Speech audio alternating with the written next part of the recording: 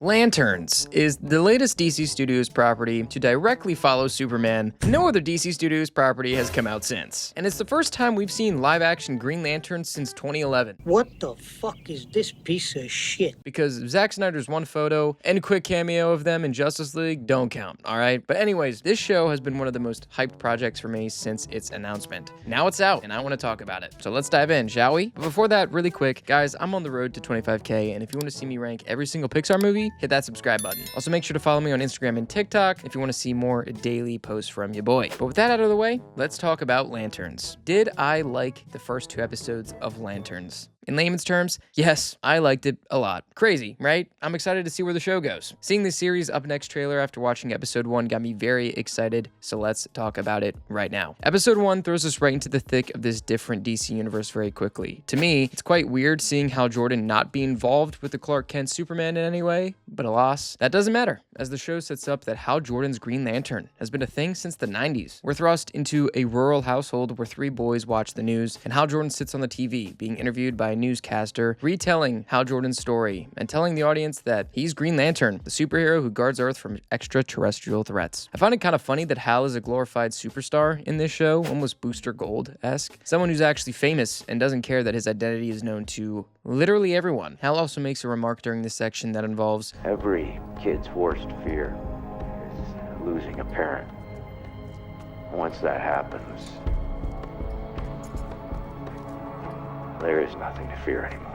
And I don't know, I just really liked that line. There's this eerie vibe from the boys as their war vet father pulls into the driveway and confronts them while they're watching the news. The father then takes John Stewart outside and shoots an apple off the top of his head, asking him if he's afraid. When I tell you I'd be shaking like a shake weight seeing this shit, you'd have no idea. Imagine his dad had arthritis or some shit. His head would be shmooভ off. But I thought this kind of eerie, almost dark ambience here was good. It sets the tone really well. And I liked how it left so much mystery and intriguing elements here, where I'm sure the show will continue to develop. Then the series jumps forward in time 20 years, and we see an older Kyle Chandler's Hal Jordan with Aaron Pierre's John Stewart, fully grown up. And I must say, these two got that passive-aggressive, annoying banter going to a T almost immediately. One of my favorite comic runs is Hal Jordan and the Green Lantern Corps' Rebirth run, so when I found out that Hal and John would be kicking it together in this buddy comedy drama-esque show, I knew I was in for a good time. And immediately it doesn't disappoint as Hal forces John to save himself after flinging a car up a cliff. I also find it interesting that immediately after this, John calls his dad and they talk as if his dad has been training him for this position his whole life. I don't know, I think that's a very interesting take. I'm not entirely sure if this is a new take on the character, straying away from the comics or not, but I find it intriguing to see a dad want his son to be this extraordinary space cop. The rings also include a backup consciousness of the ring's user, so in this case, John speaks with Hal's younger self, and I love it because you can see Hal hamming it up way more than his more cynical older self, and I'm hoping we can see more of Hal's past, so we understand why his lighthearted nature has dropped now. But after this, John mentions what younger Hal said to him, and this causes older Hal to fly off to Nebraska, leaving John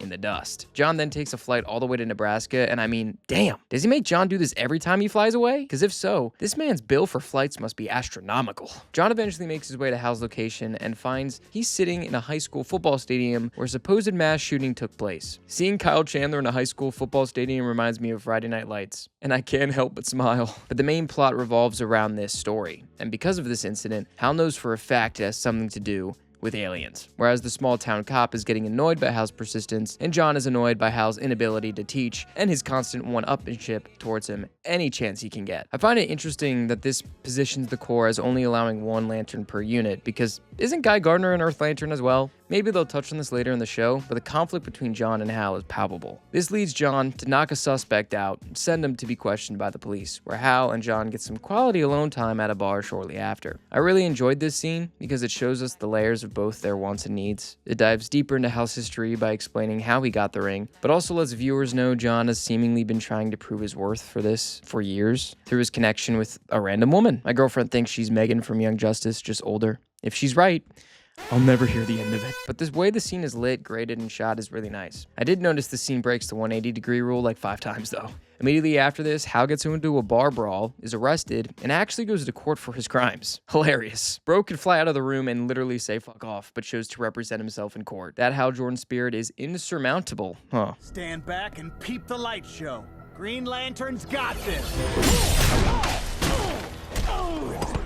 But Hal is bailed out by a random guy related to the sheriff who hates his guts and gets the lowdown that even he, this random rich man, knows aliens are involved with the mass murder. I'm not going to lie, a scene like this, a really grounded and serious scene in a fantastical show like the Green Lanterns, is something else. The guy then calls out John for sleeping with his wife, the woman that he met at the bar randomly not too long ago. And I thought that was pretty funny. But the real meat and potatoes happens in the next scene when Hal interrogates the suspect, and unintentionally, it's quite hilarious. He finds out the guy is an alien by making him recite facts about Harry Potter and Barack Obama. Now, let me be clear.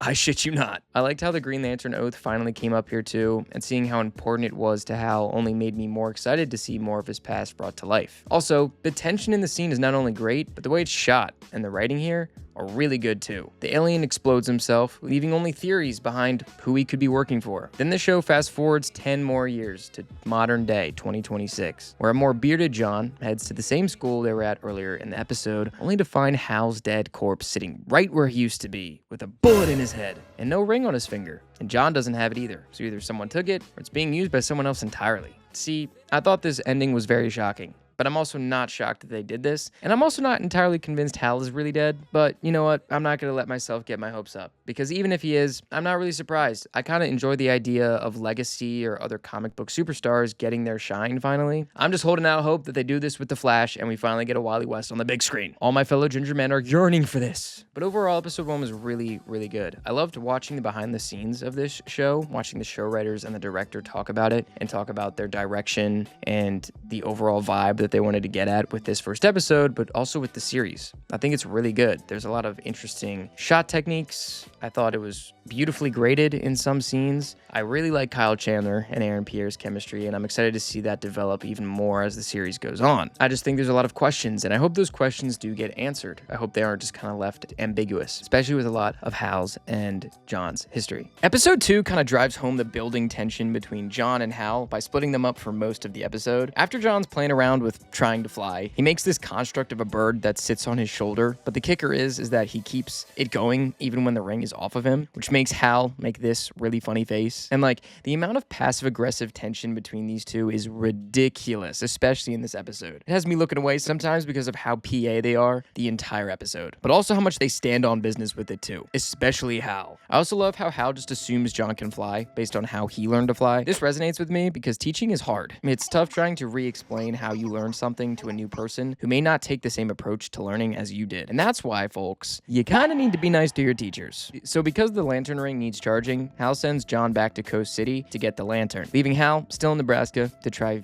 and figure out more of this alien nonsense. I find it funny that when Hal interrupts the entire town hall meetings shortly after this, he just announces himself with his chest held high. Kyle Chandler's performance as Hal makes me die laughing. But John makes it to Hal's house, and it's this massive mansion. And we learn that because he saved this guy's son's life, he took this house as a means of a thanks to that guy, but the entire house is empty, which kind of reflects Hal as a character. And I find that very intriguing because it's not lived in. Hal hasn't really built a life worth living outside of being a Green Lantern. That's why he's so threatened by John, because if John takes over, Hal's entire life journey ceases to be fulfilling. But after John gets the lantern, it cuts back to Hal taking one of the dead alien bodies and noticing that there's an alien detection device placed at the high school football stadium. That's totally normal. And his police officer lady friend has had enough of his shenanigans. Speaking of, their chemistry is fantastic. So Hal gets taken to see the guy from the previous episode to talk business, and the guy, named Macon, says that Hal staying in town isn't normal and that he should get out of it. Hal gets frustrated and starts pressing Macon, only for Macon's guard, tower sniper, to snipe Hal in the shoulder. Am I a little surprised by this? Is it a little stupid? Absolutely. They even make a bit of it by having Hal say that he can make a shield to stop it, only for him to get cut off before he can say it when it happens. That being said, Hal's been quite arrogant and prickish these whole first 2 episodes, so I'm not surprised he's being humbled here. While Hal was doing this though, John was surprise attacked and strapped to a chair, being interrogated by this lovely fella. John is now tasked with finding a manhunter. Yes, those types. One of the few left in the town where the explosion from last episode took place. And John only has 48 hours to find said threat before these people blow up half of Nebraska. I thought the scene was engaging. For starters, the acting here is really good. Aaron Pierre is really killing it as John Stewart. He looks so done with this whole job after just 2 episodes. But I also liked the backstory involved with these Manhunters and this particular group's history with them. I saw some theories saying this guy is going to be Atrocitus, the Red Lantern leader, and if that's the case, I hope they don't just throw some red paint on him and call it a day. I will say that one thing thing that bugged me that I would have liked to see was the torture John saw with the memories he got injected into him, but